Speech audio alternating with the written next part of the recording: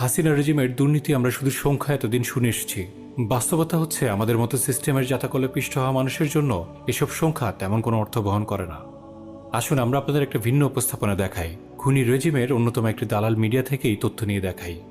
একটি news heading দেখুন, শেখ হাসিনার শাসনামলে প্রতি বছরই গড়ে $16 বিলিয়ন পাচার হয়েছে। শ্বেতপত্রের তথ্য, বছরে 16 বিলিয়ন হলে 15 বছরে কেবলমাত্র পাচারকৃত অর্থের পরিমাণ হচ্ছে $240 বিলিয়ন।